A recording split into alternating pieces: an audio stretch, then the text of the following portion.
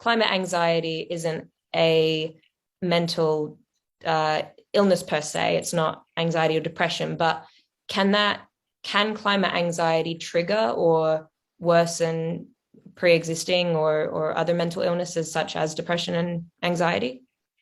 Right. So it is super important to start from the place of outlining that climate anxiety is not something you can get a diagnosis for from a mental health professional. Mm-hmm. It's not a mental disorder. Rather, it is a natural and normal response to an unfolding existential threat. And so it marks one's connection to what's happening, a sense of wakefulness, right? Mm-hmm. Being aware, being out of a state of disconnection or denial, and therefore feeling the difficult emotions that come with bearing witness to ecological loss and uncertainty about the future. However, it can become extremely distressing. There are different ways in which it can manifest in one's life. And although it's healthy to feel some of this, if it becomes so overwhelming that it starts interrupting your daily functioning, right? Like whether you can sleep, whether you can do your job, whether you can study, whether you're eating properly, and so on and so forth, how it's coming up in your relationships is something that could particularly be divisive between you and people you love. All of that becomes a difficult load to bear, and then you may need real mental health help and support in order to live better with it, essentially. And yes, if people have pre-existing anxiety disorders, like general anxiety disorder, for example, climate change gives them something very reasonable to get anxious about. And so it can perpetuate and make more difficult underlying anxieties. But it is certainly not a prerequisite that you have to have any kind of mental health condition in order to feel climate anxiety. Got it. Because I did a survey earlier in the year. I don't know if anyone watching this was a part of it, but I was getting feedback from people all over the world, and they were saying that they really one of the most prevalent comments I was getting out of that was in regards to the future and certainty or uncertainty about the future, and people feeling like that sense of they might be lying awake at night and they're worried that they don't have a future, stuff that perhaps generations before us didn't have to worry as much about, or at least in this particular way.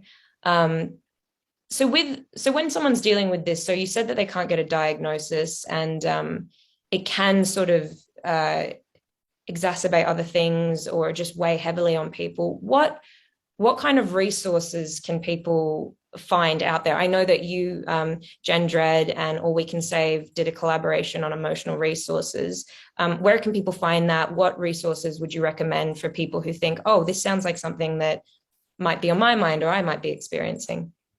Right. Yes. If you go to allwecansave.earth or gendread.substack.com, you'll find a list of resources for working with climate emotions that we created as a collaboration that brings anyone who's feeling climate anxiety into different areas of support that might fit for them. So one thing that I really love and have benefited from is the rise of the world of climate aware therapists. So there are, psychotherapists, social workers, and other psychoanalysts, for example, now specializing in working with people who are really overwhelmed with just stress about the climate crisis to help them find coping mechanisms. And what's really special about them is that they will never dismiss people's concerns as catastrophic thinking, as just part of an anxiety disorder, as something that we should, consider their thoughts around and then find ways to help them get over it or treat it with a pill, for example.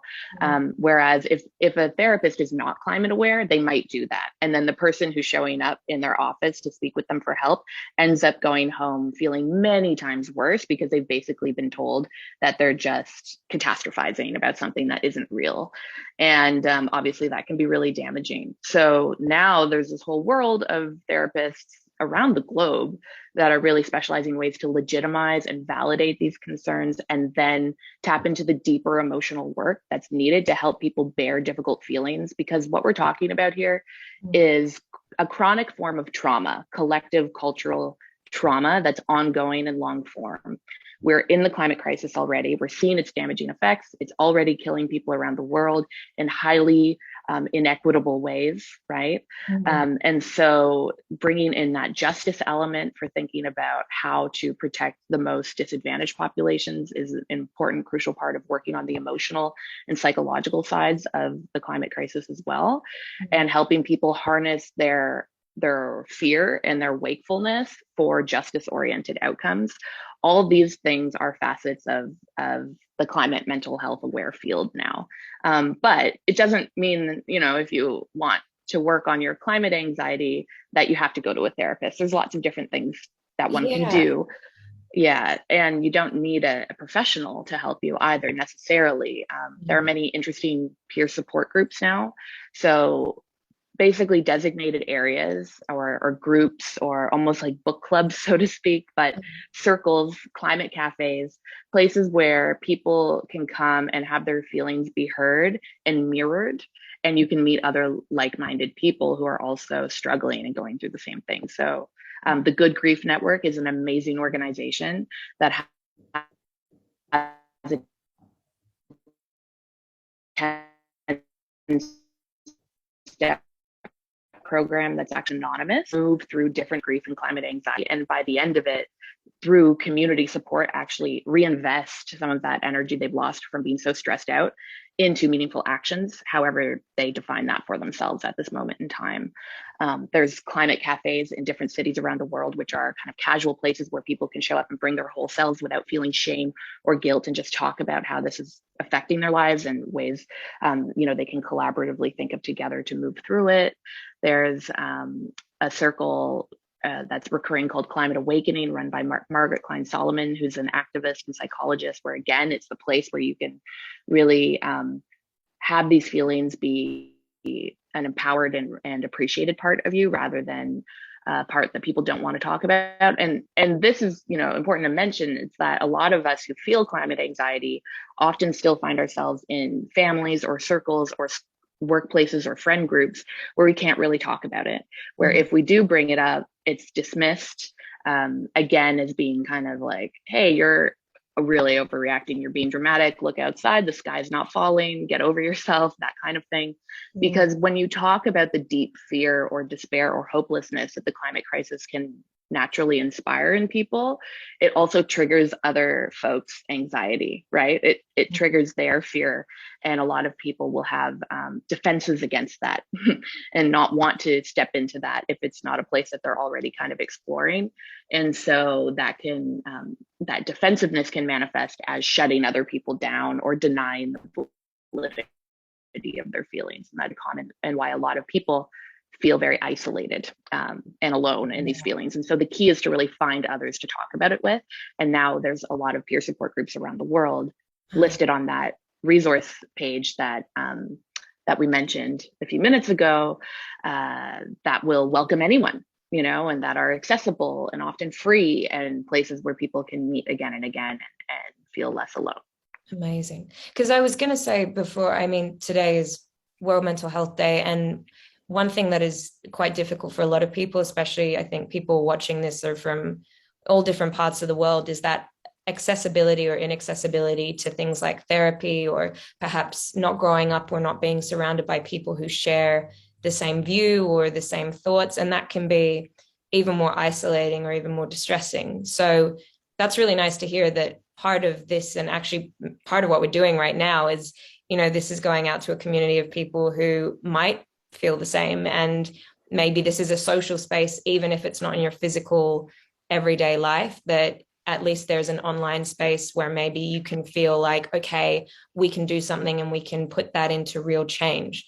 That's really interesting, because I think I spoke to you as well. I think one of the tough things about maybe experiencing or feeling this is it's cyclical, right? You feel like you can't do anything and you feel hopeless, and and you need there to be action and you need it to be done. And it's really all about working together and coming together, but also, I guess, acknowledging that climate anxiety exists, acknowledging that it's a valid thing, it's a feeling, it's something that you're not alone in, that will strengthen it and hopefully raise awareness and help people and help us move forward, and also help us put that into action, put those thoughts and feelings into real action with real outcomes for the climate. what would you say? I think this is my like maybe like last thing. If someone's watching this and they feel like, I think I'm experiencing this, I think I feel this, what would you say to them going forward? I would say you're absolutely not alone. There are many reasons to feel proud of being in touch with that feeling. It's showing that you're empathetic, you're compassionate, you're open and connected to the world, to nature, to vulnerable communities. You're seeing what's happening, and you're not stuck in this space of denial or disavowal around that. And all of those things are fantastic. But if it's becoming overwhelming, there's lots of ways in which you can help yourself live better with those feelings, integrate them into your lives, and basically become empowered through them. Because, as you mentioned, there's a cyclical nature to it, and there's really a journey that one goes on after, let's call it a climate awakening. So, when you're no longer just thinking about the crisis or intellectually appreciating it, as many of us have for a very long time, but it finally comes and settles in your heart and your gut, right? And it's affecting your nervous system. It becomes an emotional crisis as well as a scientific crisis in the world, but in the life of an individual. And when it's the thinking and the feeling that are brought together, that's a very powerful combination. And it means that there's then an opportunity to harness that experience, that emotional journey for new forms of climate action, different ways of being in the world, approaching a community building differently for more sustainable, justice-oriented outcomes in the climate crisis. So a lot of people who have sought out support for their climate anxiety do report having more meaningful experiences with others or connections to the climate and their way of, being an advocate or an activist or integrating the crisis into their daily job, even if it looks nothing like being, a frontline climate worker, because the climate crisis affects everything. You can tap into it from any approach. You can tap into it from acting, of course, as you're showing with your advocacy. You can tap into it from accounting. And it might not seem super obvious at first, but there really are ways in which to do that and actually draw down. Just released a report about making every job a climate job, which I highly recommend people go check out. Just Drawdown Labs, if you Google it, has this resource.